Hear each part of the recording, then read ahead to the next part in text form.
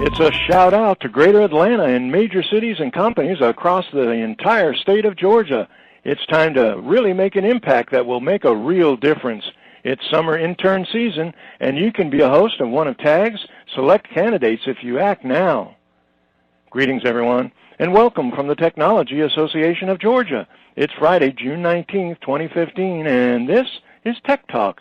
I'm your host, Frank Baia. The TAG Education Collaborative High School Internship Program, it's back, and it provides real-world experiences for high-achieving students with strong STEM aptitude. On this edition of Tech Talk, we explore the program's huge success and your opportunity to participate this summer. Up to the Tech Talk, TAG Education Collaborative Executive Director, Michael Robertson. Find out more about how he's placed 500 interns over the past 6 years and how they intend to reach this year's exciting new goal of 175 internships. Find out just what can a TAG student intern do for you this summer. The process is easy, and TAG handles everything from providing pre-screened candidates to paying the students and more, much more.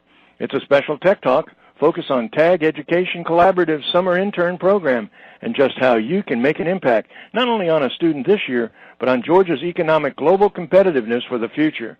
As we talk with TAG Education Collaborative Executive Director, Michael Robertson.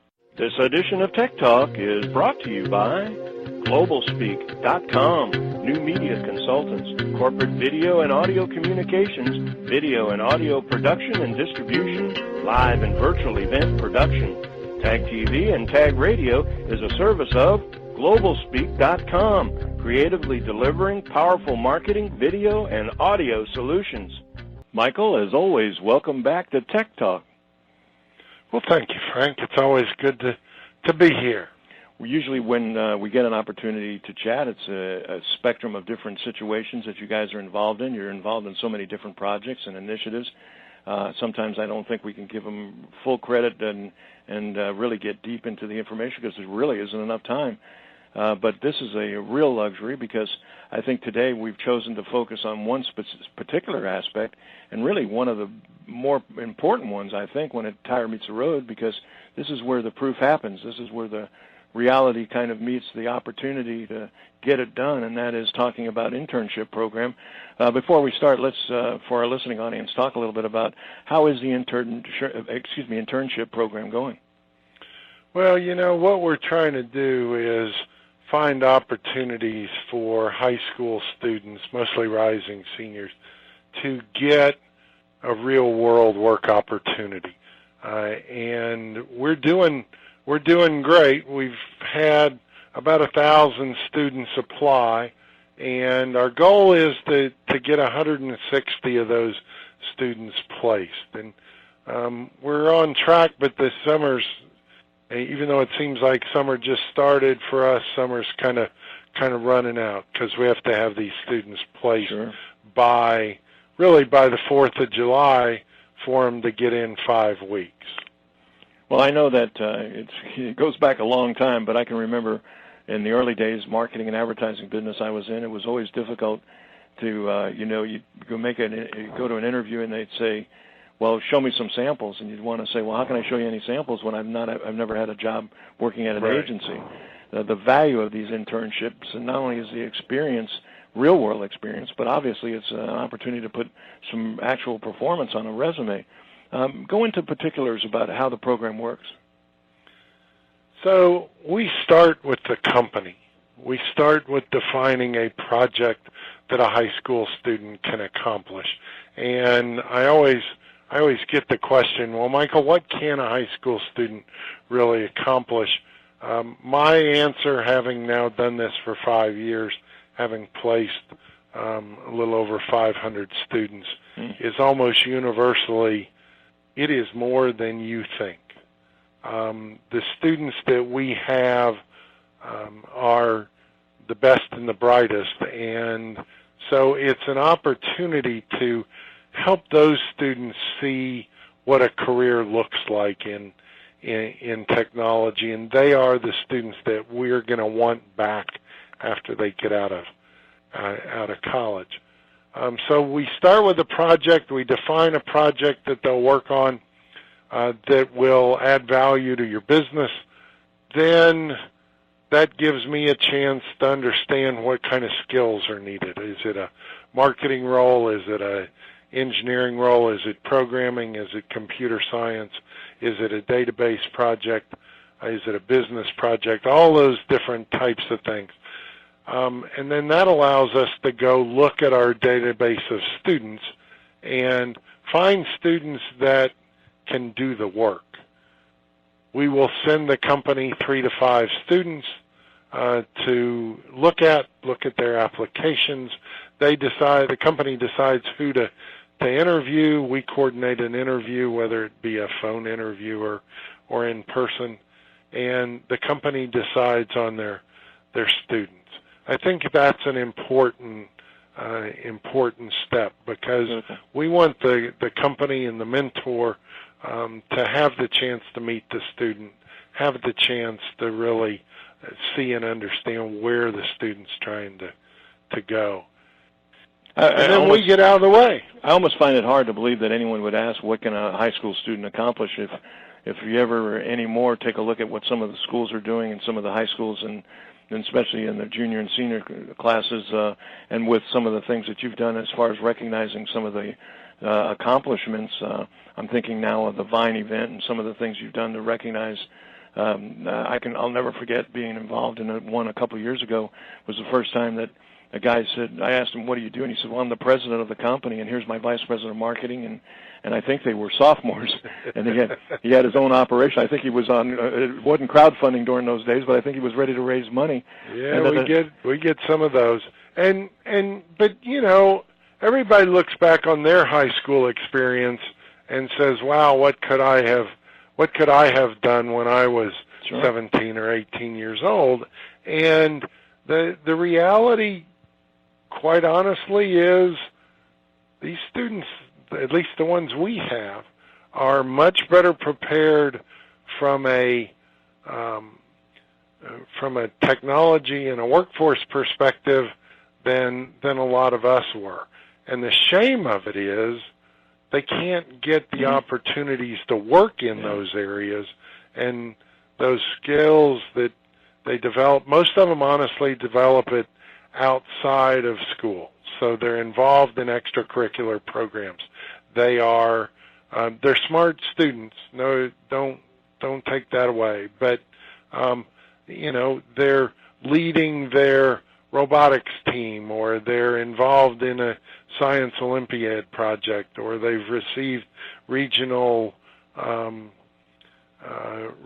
recognition around a I'm trying to remember, FBLA or an after-school program. I'm trying to remember, it wasn't that long ago. I think it was last year. Wasn't it a high school student that got an innovation award in one of the small categories? Was it high school or college? I remember. Sure was. So, at the Excalibur Award, he was a high school junior. And this is developed an app, and he was competing against the Coca-Colas of the world, and and he won. This was a premier tag event, the Excalibur Awards, and it was a high school student that won. What kind of begs the question in the conversation at this point, and that is, what kind of student can a company really expect? I mean, beyond the hyperbole, I guess, in terms of some of the things that we've talked about, is it work ready? Would that be? Here's the way I would say it. Our screening process narrows down students pretty quickly, and so we look for 3 things. We look for good students. That doesn't mean they're 4.0, but it means they're taking challenging courses, and they're learning, and they're doing well, and they're progressing in their education.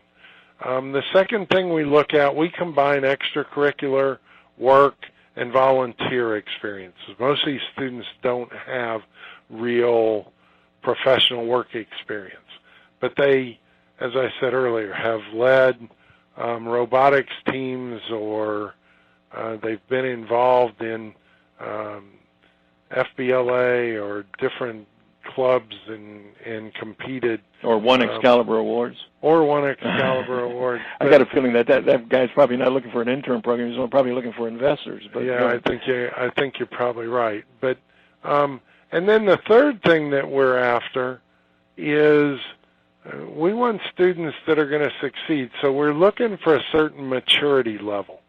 And our application process this year, we added a new system from a company called Higher IQ. And what Higher IQ allows us to do is do an audio interview.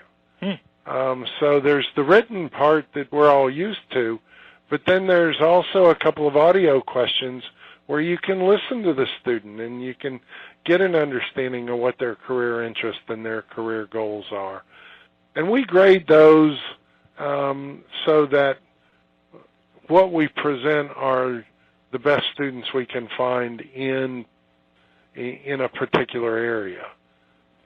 Well, I'm one of the enterprise operators. I'm a chief operating officer or even a partner in a business, and I've heard about the program, even heard of today's program, today's Tech Talk, and I'm kind of interested, but where do I call it a touch point. How do I make contact? What do I do? The easiest way is to go to our website, www.tagedonline.org, and there's information about the summer internship program, or people can call or email me. But you know, there's one other part that I want to make sure people understand, and that's the cost of doing this. The way the program works, the student works for 5 weeks, 20 to 30 hours a week, and they get paid $1,000. For most companies, we invoice the company $1,250 to include an administrative fee for Tag Ed, and then we pay the student directly the $1,000. And for most companies, $1,250 for 5 weeks of a student's time is not a problem.